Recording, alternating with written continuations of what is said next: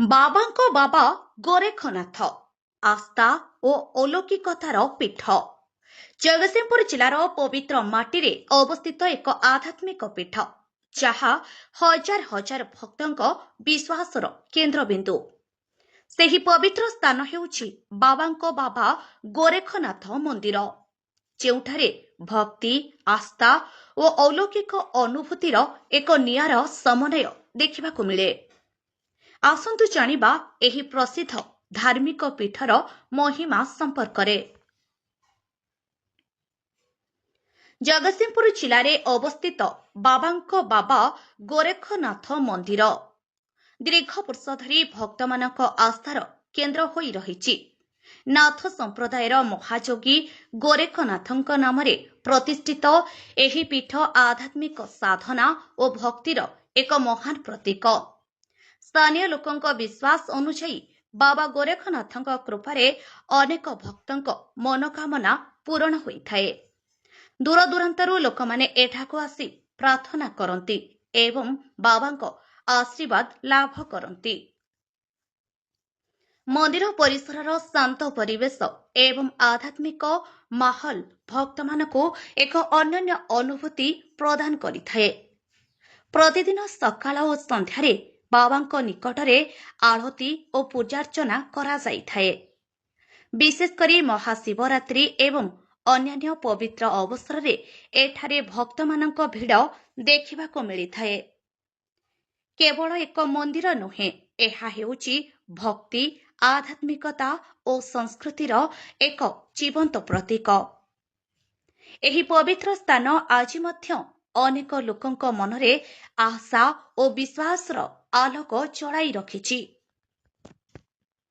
ବାବାଙ୍କ ବାବା ଗୋରେଖନାଥ ମନ୍ଦିର କେବଳ ଏକ ଧାର୍ମିକ ପୀଠ ନୁହେଁ, ବରଂ ଲକ୍ଷ ଲକ୍ଷ ଭକ୍ତଙ୍କ ହୃଦୟରେ ବସିଥିବା ଆସ୍ଥାର ପ୍ରତୀକ।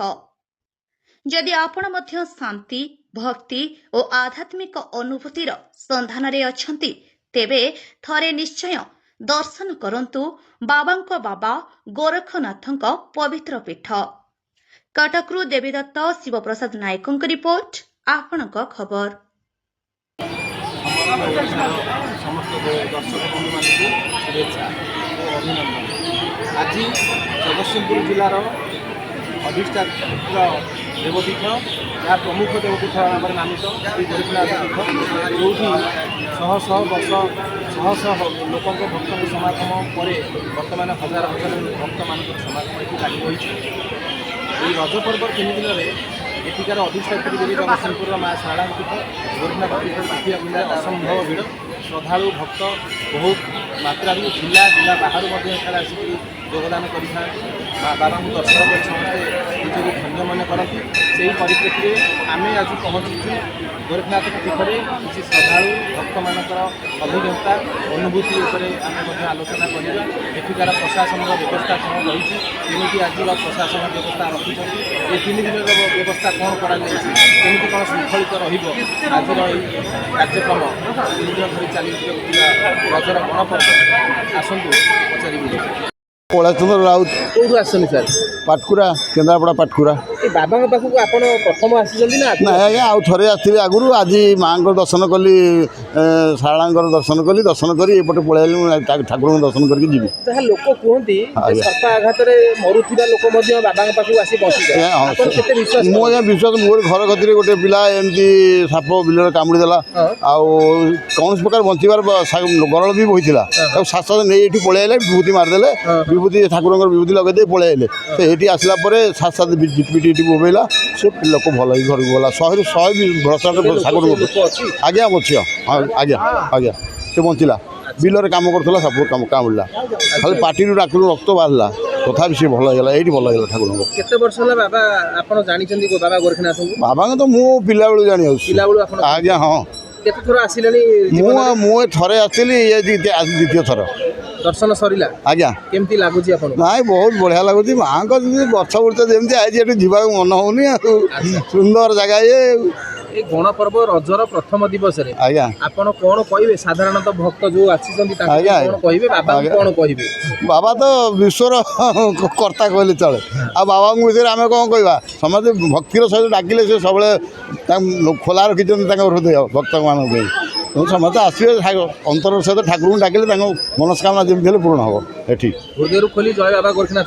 ଆଜ୍ଞା ଜୟ ଜୟ ଗୋରଖନାଥ ଗୋସାଇଁ ଜୟ। ମୋ ପରିଚୟ, ମୁଁ ହେଉଛି ଗୋରଖନାଥ ମନ୍ଦିରର ହିସାବ ରକ୍ଷକ। ଆଚ୍ଛା, ଏଇଠି କେତେ ବର୍ଷ ହେଲାଣି ଆପଣ କାମ କରୁଛନ୍ତି? ମୋର 18 ବର୍ଷ ହେଇଗଲାଣି। 18 ବର୍ଷ ହେଲାଣି। ଆଜ୍ଞା ଏଇ ଯେଉଁ 3 ଦିନ ରଜରେ କାର୍ଯ୍ୟକ୍ରମ ସବୁ ରଖା ହେଇଥାଏ, ବହୁତ ଶ୍ରଦ୍ଧାଳୁ ଲକ୍ଷ ଲକ୍ଷ ଭକ୍ତ ଆସିକି ଦର୍ଶନ କରନ୍ତି। ଏଇ ଯେଉଁ 3 ଦିନର କାର୍ଯ୍ୟକ୍ରମ କ'ଣ ରହିଛି ମନ୍ଦିରରେ? ଏଇ 3 ଦିନ ରଜ ପର୍ବରେ କୋଠପାଳି ସବୁ ପୂଜକମାନେ ମନ୍ଦିରରେ ପୂଜା କରନ୍ତି ଏବଂ ଆମର ମାନସିକ ରୋଷେଇ ଏ କୋଠପାଳିରେ ବନ୍ଦ ରୁହେ। ମାନ୍ୟବର କଲେକ୍ଟର ମହୋଦୟ ଜଗତସିଂହପୁରଙ୍କ ତତ୍ତ୍ୱାବଧାନରେ ସବ୍ କଲେକ୍ଟର ମହୋଦୟ, ଏକ୍ଜିକ୍ୟୁଟିଭ୍ ଅଫିସର ସୂର୍ଯ୍ୟରଞ୍ଜନ ପରିଜା ମହୋଦୟଙ୍କ ତତ୍ତ୍ୱାବଧାନରେ ଆମର ପୋଲିସ ପ୍ରଶାସନ ଏବଂ ଅଗ୍ନିଶମ ବିଭାଗଙ୍କୁ ଚିଠି ମାଧ୍ୟମରେ ଭକ୍ତମାନଙ୍କ ଭିଡ଼କୁ ଦୃଷ୍ଟିରେ ରଖି କିଭଳି ଶାନ୍ତି ଶୃଙ୍ଖଳାରେ ସେମାନେ ଦର୍ଶନ କରିବେ ଏବଂ ପ୍ରଭୁ ସେମାନଙ୍କର ଦୁଃଖ ଦୁର୍ଦ୍ଦଶାକୁ ସମାଧାନ କରିବେ। ତାଙ୍କ ମଧ୍ୟରେ କୌଣସି ଅପ୍ରୀତିକର କିମ୍ବା କୌଣସି ଦୈବଜନିତ ଦୁର୍ଘଟଣା ଜନିତ ଘଟଣା ନ ଘଟେ, ସେଥିପାଇଁ ଆମର ତିର୍ତ୍ତୋଲ SDPO ସାର୍ ଏବଂ IAI ସାର୍ଙ୍କ ତତ୍ତ୍ୱାବଧାନରେ ପୋଲିସ ମୁତୟନ କରାଯାଇଛି। ତତ୍ସହିତ ତିର୍ତ୍ତୋଲ ଫାୟାର ଅଫିସର ମହୋଦୟଙ୍କ ତତ୍ତ୍ୱାବଧାନରେ କୌଣସି ଅଗ୍ନି ଜନିତ କୌଣସି ଦୁର୍ଘଟଣା ନ ଘଟିବା ପାଇଁ ବିଧି ବ୍ୟବସ୍ଥା କରାଯାଇଛି। ମନ୍ଦିର ପ୍ରଶାସନ ତରଫରୁ ଭକ୍ତମାନଙ୍କ ପାଇଁ ସ୍ୱଚ୍ଛ ପାନୀୟ ଜଳ ବ୍ୟବସ୍ଥା କରାଯାଇଛି ଏବଂ ପରିଷ୍କାର ପରିଚ୍ଛନ୍ନ କରାଯାଇଛି ଏବଂ ମନ୍ଦିରରେ ବିଭିନ୍ନ ମନ୍ଦିର ବେଢ଼ା ମଧ୍ୟରେ ବିଭିନ୍ନ ବିଜ୍ଞାପନ ମାଧ୍ୟମରେ କିଭଳି ଶାନ୍ତି ଶୃଙ୍ଖଳା ରକ୍ଷା କରାହେବ ଏବଂ କୌଣସି ଭକ୍ତ ଅସୁବିଧାରେ ନ ପଡ଼ନ୍ତି, ସେଥିପାଇଁ ମନ୍ଦିର ପ୍ରଶାସନ ତୀକ୍ଷ୍ଣ ଦୃଷ୍ଟି ରଖିଛି। ଆପଣ ଏତେ ବର୍ଷ କାମ କଲା ଭିତରେ ସାର୍, ଆଜ୍ଞା, ଆପଣଙ୍କର କ'ଣ ଅନୁଭୂତି ଏମିତି ଅଛି ବାବାଙ୍କୁ ନେଇ ବା କିଛି ଘଟଣାକୁ ନେଇ ଟିକେ ଗୋଟେ ସେୟାର କରିବେ? କୁହନ୍ତୁ ଆଜ୍ଞା। ଏ କଥା ତ ଇଏ ମନ୍ଦିର ବଟବୃକ୍ଷ ତଳେ ମହାପ୍ରଭୁ ଆବିର୍ଭାବ ହୋଇଥିଲେ ଅତି ପ୍ରାଚୀନ କାଳରୁ। ଏଠି ଆପଣ ହିନ୍ଦୁ ଧର୍ମର ଲୋକମାନେ ଭକ୍ତି ଭାବରେ ସଫଳ ହୁଅନ୍ତି, ଠାକୁରଙ୍କ ଠାରୁ କୌଣସି କୃପା ଲାଭ କରନ୍ତି, କିନ୍ତୁ ଆପଣ ବିଶ୍ୱାସ କରିବେ ଏଠି ସର୍ପ କାମୁଡ଼ାରେ ପ୍ରାୟ ମରିଯାଉଥିବା ଲୋକ କେମିତି ବଞ୍ଚିଯାଆନ୍ତି ସେ ପ୍ରଭୁ ଜାଣନ୍ତି। ଆଉ ଗୋଟେ ବଡ଼ କଥା ହେଉଛି ଏ ଆଖପାଖର ଯାହା ମୁଁ ଶୁଣିଛି ଯେ ମୁସଲିମ ଧର୍ମର ଲୋକମାନେ ବି ବିଶ୍ୱାସ କରନ୍ତି ଏ ମହାପ୍ରଭୁ। ଏଇଟା ବହୁତ ବଡ଼ କଥା ଆଜ୍ଞା। ଆଉ ମୁଁ କ'ଣ କହିପାରିବି ସେ ବାବଦରେ?